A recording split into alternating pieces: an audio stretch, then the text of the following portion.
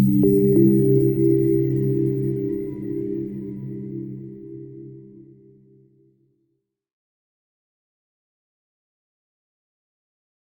نستعین وصلی اللہ وسلم علی نبینا محمد وعلی آلہ وصحبہ اجمعین۔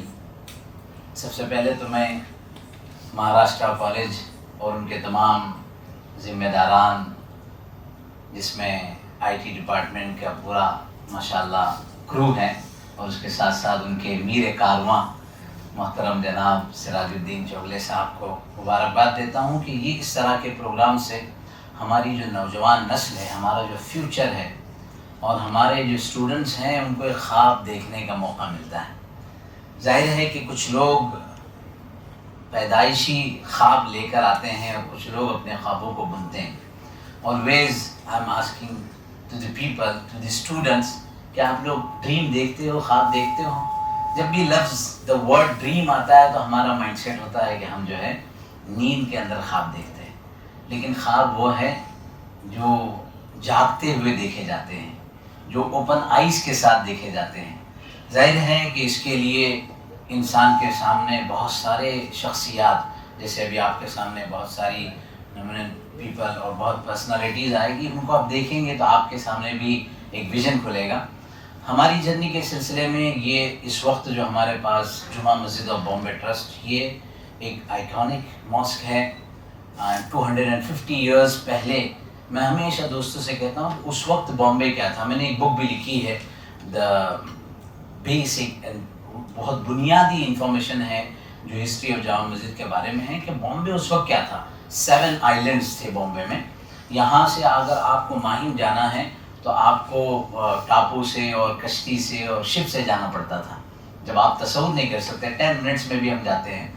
اس وقت وہاں کے جماعت المسلمین نے، بہت سے لوگ یہ سمجھتے ہیں کہ بادشاہوں نے یا جو ہے نا کسی بڑے نواب نے اس کو تعمیر کیا، ایسا نہیں ہے۔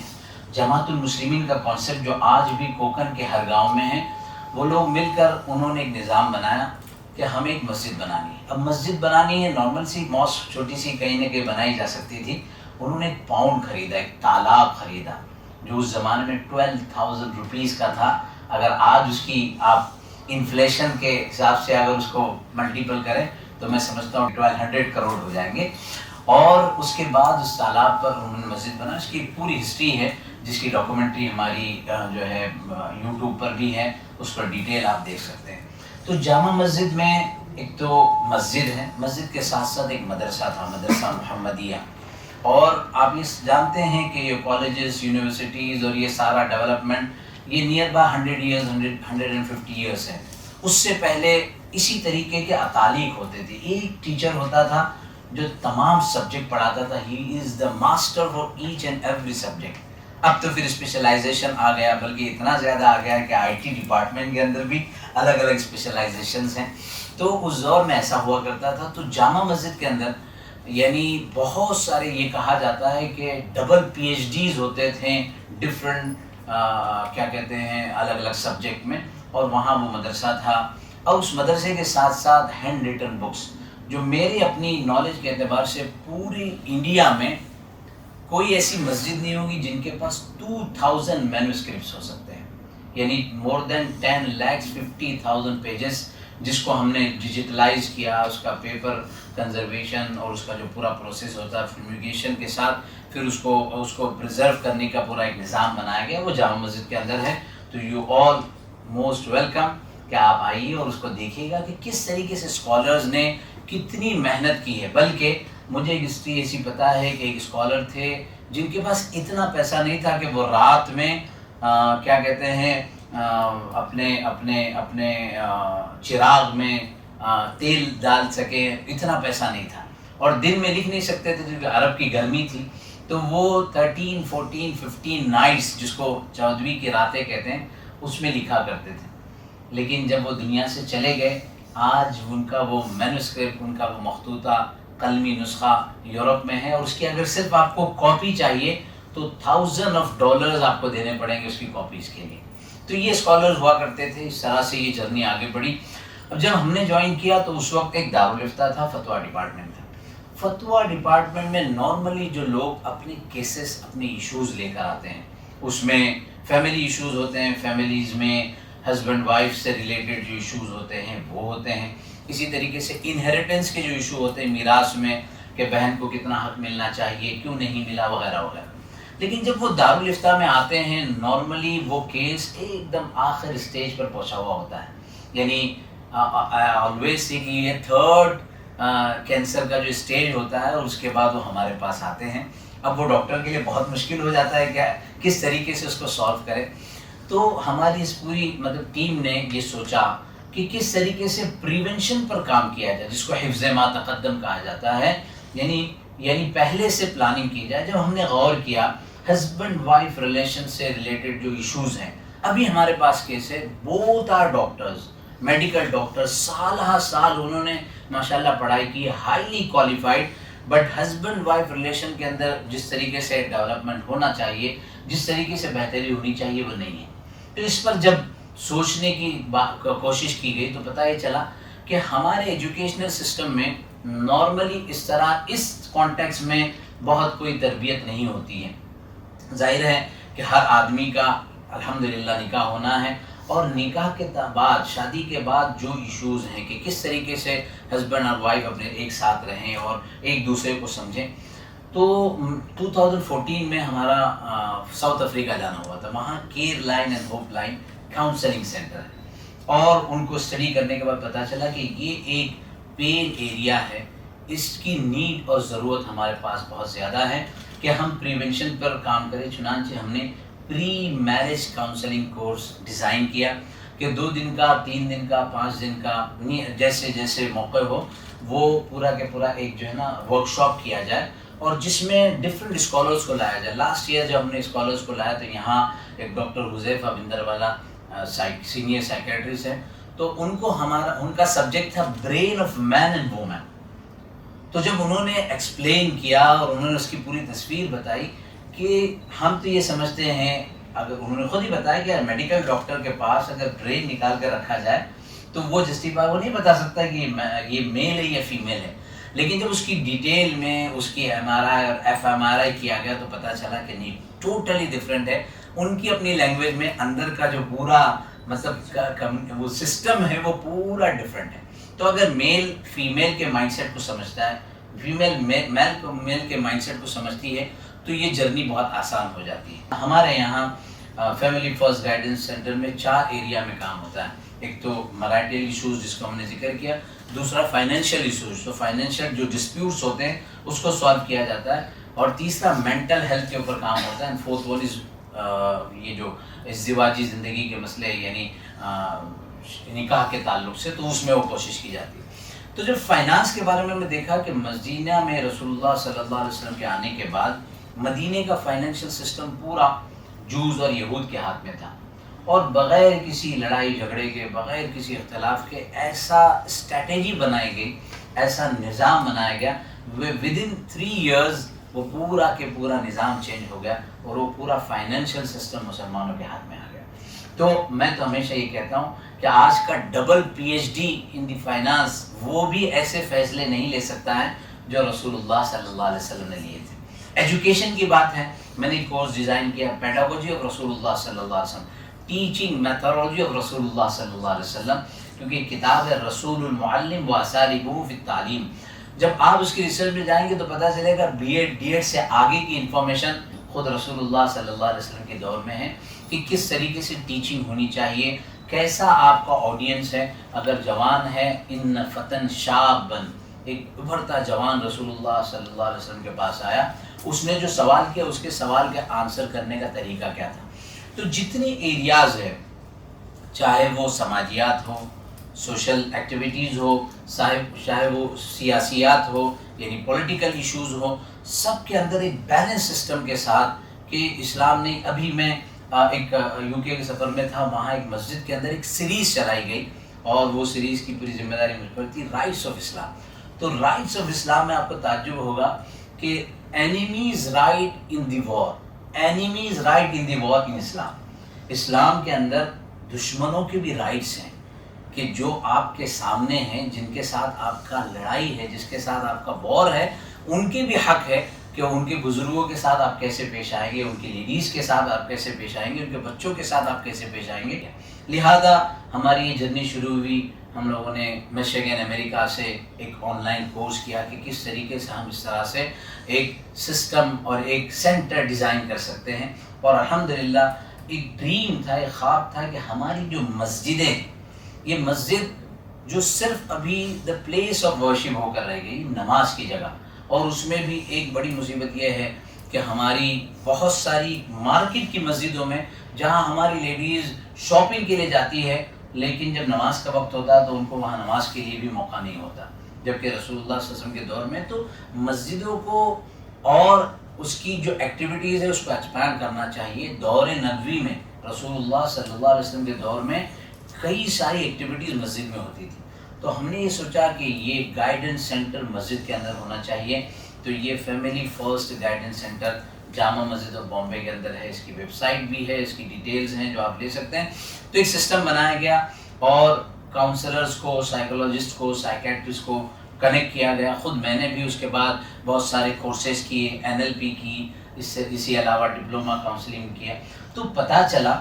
اور اگر ہم ہیومن نیچر کی بات کریں تو قرآن نے بھی کئی سارے ہیومن نیچر کے کانٹیکس کو ذکر کیا. وَكَانَ الْإِنسَانُ عَجُولًا وَكَانَ الْإِنسَانُ ضَعِيفًا وَكَانَ الْإِنسَانُ قَتُورًا. یہ ہیومن بینگ ہیں، اس میں مسلمان غیر مسلم کوئی نہیں ہے، اس میں مرد اور عورت کوئی نہیں ہے، سب کے لیے برابر ہے. پھر اس کے بعد جب آگے چلتے ہیں تو نیچرلی یہ ڈیولپمنٹ اور ڈیزائن حضرت آدم علیہ السلام کا الگ ہے، حضرت حوا کا الگ ہے.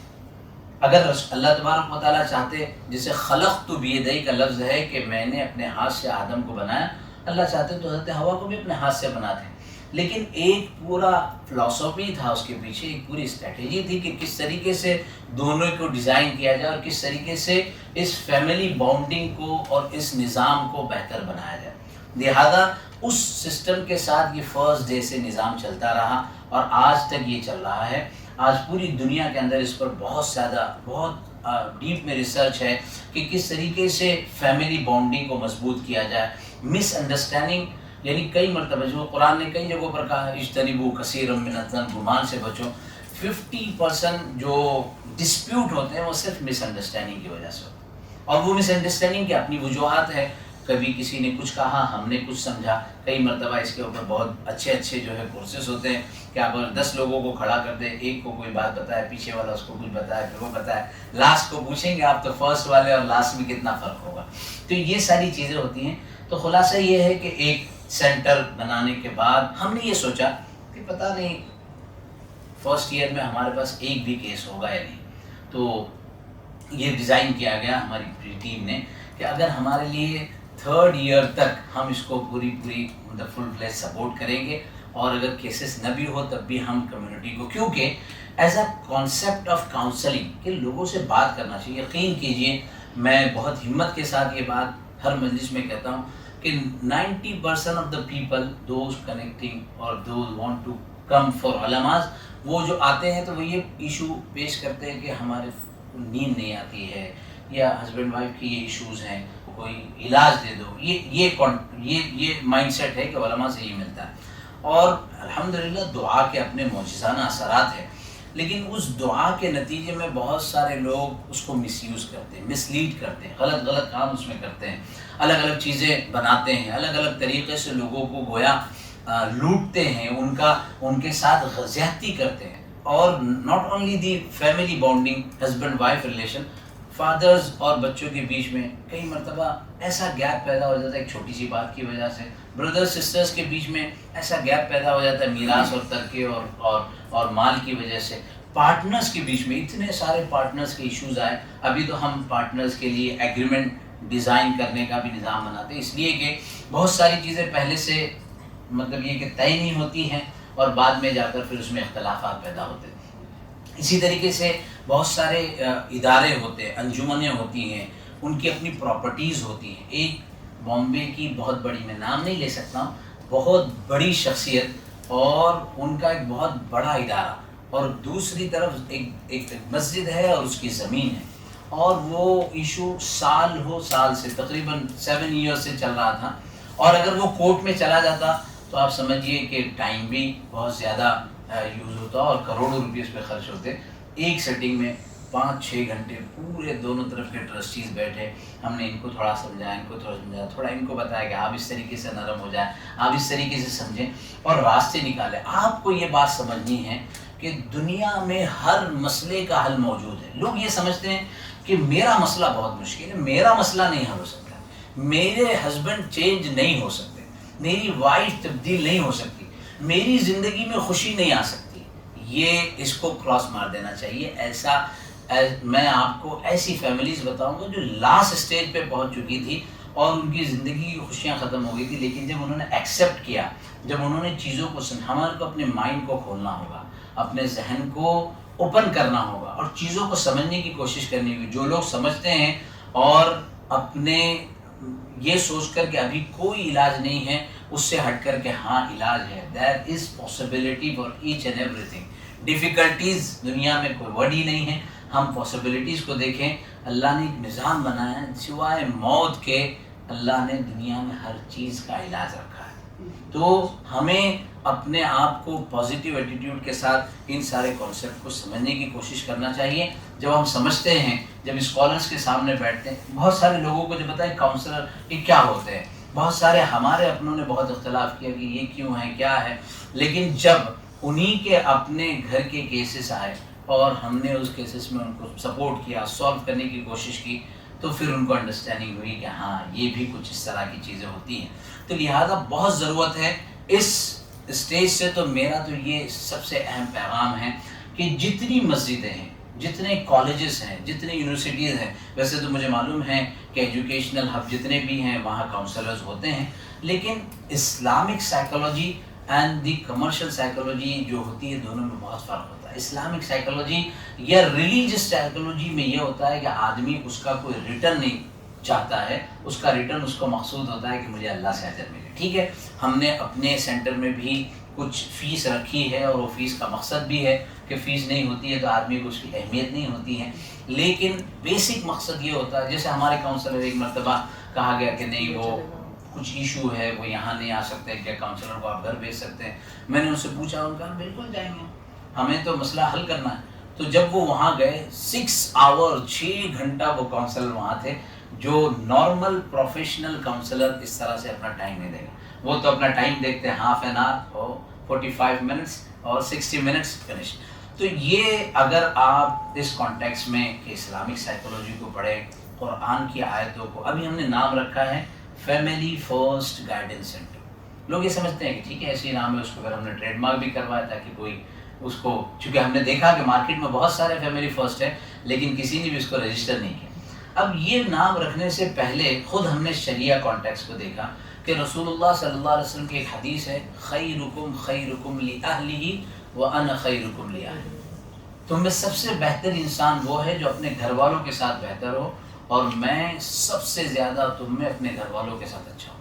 ہماری جو پریکٹس ہے, ہماری کمیونٹی کی بیسکلی جو پریکٹس ہے کہ گھر میں تو بہت زیادہ ایک دم سخت مزاج اور متشدد ہوتے ہیں, دوستوں کے ساتھ بہت فرینڈلی ہوتے ہیں, بہت اچھے سے ہوتے ہیں, جبکہ اس کے اگینسٹ ہونا چاہیے کہ ہمیں گھر والوں کے ساتھ اچھا ہونا چاہیے. دوسری حدیث ہے کہ وہ دینار جس سے تم اللہ کے راستے میں خرچ کرتے ہو, دینار مینس منی, پیسے, وہ دینار جو تم فی سبیل اللہ خرچ کرتے ہو, جو مجاہدوں کو اللہ کے راستے میں خرچ کرتے ہو, مسجد بناتے ہو, مدرسہ بناتے ہو, بڑے بڑے نیکی کے کام کرتے ہو, اور وہ دینار جو تم اپنے گھر میں خرچ کرتے ہو, اللہ کی نگاہ میں سب سے زیادہ اجر والا وہ ہے جو آپ اپنے گھر میں خرچ کرتے ہو.